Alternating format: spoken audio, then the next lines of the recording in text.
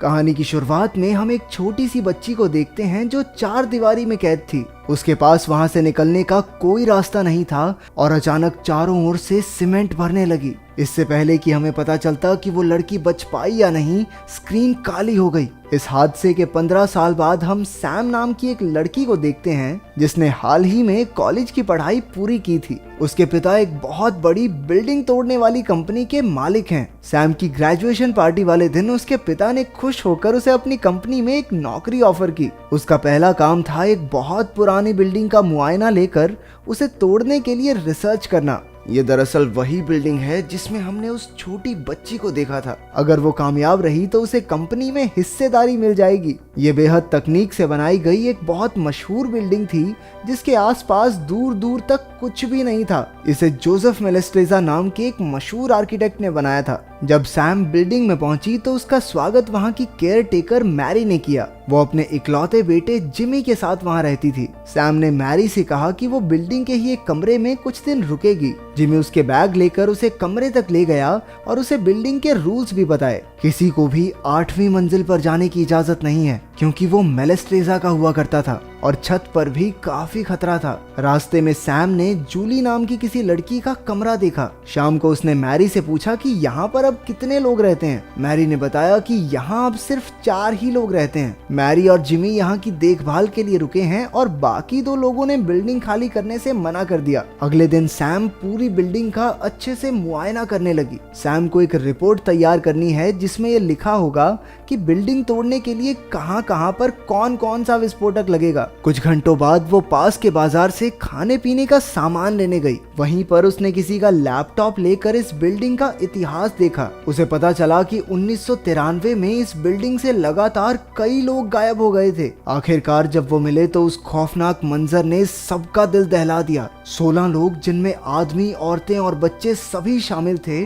उन्हें छोटे छोटे कमरों में कैद करके उनके ऊपर सीमेंट डाल दी गई थी। ये सारे लोग वहीं जिंदा दफन हो गए। उनमें से एक आदमी खुद मेलेस्ट्रेजा था। पहले तो इस सब का इल्जाम एक मजदूर पर लगाया गया लेकिन बाद में वो बेकसूर निकला। आज तक उस खूनी के बारे में कुछ पता नहीं चला। इसके बाद बिल्डिंग में वापस आकर सैम ने विस्फोटक लगाने की जगहों पर निशान बना दिए। तभी अचानक उसके पीछे से एक आदमी कुल्हाड़ी लेकर भागता हुआ आने लगा। असल में यह आदमी बाकी 2 लोगों में से एक था जिन्होंने बिल्डिंग खाली करने से मना कर दिया था। इस बिल्डिंग के टूटने से वो बिल्कुल खुश नहीं था। रात को जिमी चुपके से सैम को 8वीं मंजिल पर ले गया।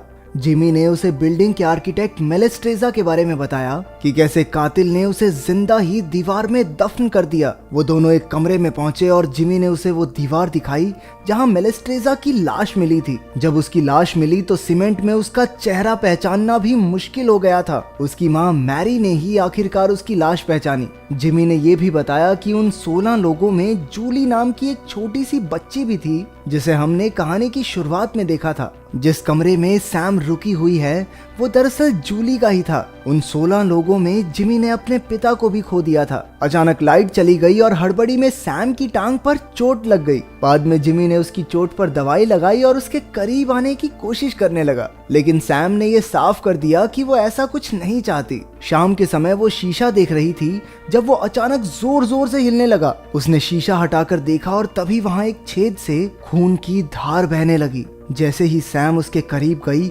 उसे किसी ने जबरदस्ती दीवार में खींच लिया। उसकी आंख खुली तो वो वैसे ही एक छोटे से कमरे में बंद थी। कुछ ही पलों में चारों ओर से सीमेंट भरने लगी। वो डर के मारे चीखती चिल्लाती मदद की गुहार मांग रही थी और अचानक उसकी आंखें खुल गई। उसे महसूस हुआ कि यह सिर्फ एक बुरा सपना था। अब वो सो नहीं पा रही थी तो वो बिल्डिंग में इधर उधर घूमने लगी। अचानक से उसके सामने कुछ आ गया जिससे वो बेहद डर गई, लेकिन ये कोई और नहीं बल्कि उसका बॉयफ्रेंड पीटर था। सैम उसे अपने साथ बिल्डिंग दिखाने ले गई। घूमते घुमाते वो दोनों 8वीं मंजिल तक पहुंच गए। वहां घूमते हुए सैम और पीटर को एक खुफिया रास्ता मिला। सैम उससे नीचे उतरी और वो एक खुफिया कमरे में पहुंच गई। इस कमरे से बिल्डिंग के किसी भी कमरे में झांक कर नजर रखी जा सकती थी। सैम को एहसास हुआ कि जिमी यहीं से उसे नहाते हुए देखता है। जिमी तो बहुत ही चालाक निकला। सैम ने इसके बारे में मैरी से बात की और जिमी शर्मिंदा होकर बाहर चला गया। बाद में रात को पीटर ने कहा कि उन्हें यहाँ से चलना चाहिए। वो खतरनाक सपना देखने के बाद से थोड़ा डरी हुई सैम भी मान गई।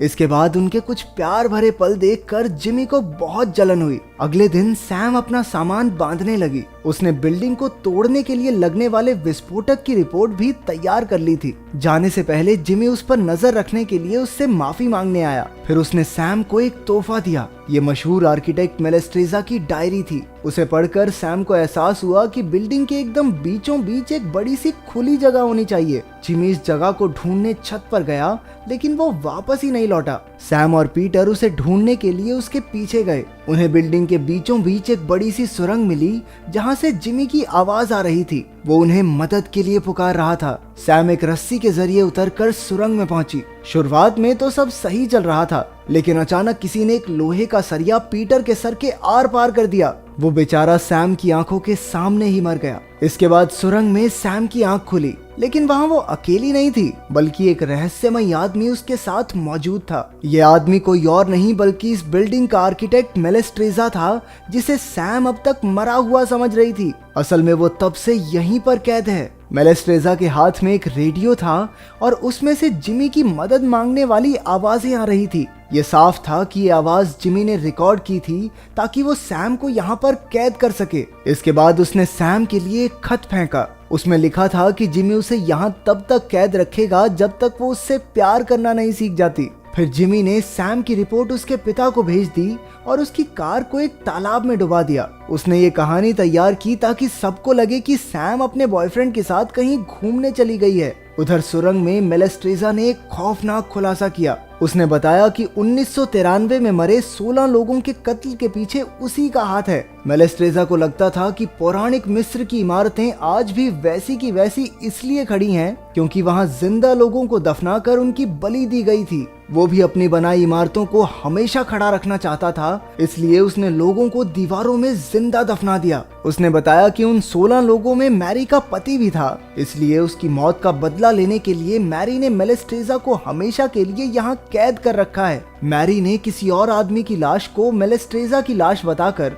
सबको चकमा दे दिया। बाहरी दुनिया में सबको यही लग रहा था कि मेलेस्ट्रेजा मर चुका है, जबकि वो तो यहाँ कैद था। इसके बाद जिमी लौटा और उसने एक कैसेट टेप नीचे भेजी। मेलेस्ट्रेजा ने टेप चलाई और जिमी ने कहा कि वो उन दोनों को एक साथ डांस करते देखना चाहता है। मेलेस्ट्रेजा ने सैम को समझाया कि उन्हें जिमी का ऑर्डर मानना ही होगा। अगर उन्होंने उसकी बात नहीं मानी तो जिमी बेहद खौफनाक सजा देता है। ये सुनकर सैम भी डांस के लिए राजी हो गई, लेकिन जब जिमी ने उन्हें किस करने को कहा तो सैम ने साफ इनकार कर दिया। मेलेस्ट्रेजा ने जबरदस्ती खींचकर सैम को किस कर दिया। कुछ पलों बाद उन्हें रोककर जिमी ने मेलेस्ट्रेजा से कहा कि आज के बाद सैम को छूने की हिम्मत ना करे। बाद में उसकी बात मानने के लिए जिमी ने इनाम के तौर पर उन्हें खाने पीने की एक टोकरी दी। उसमें एक रेडियो भी था जो उसने सैम से बात करने के लिए भेजा था। सुबह मैरी छत पर आई और सैम ने चिल्लाकर उससे मदद मांगी। सैम को मेलेस्ट्रेजा के साथ कैद देखकर मैरी के होश उड़ गए। मैरी ने गुस्से में कहा कि ये जगह सिर्फ और सिर्फ इस दरिंदे के लिए थी,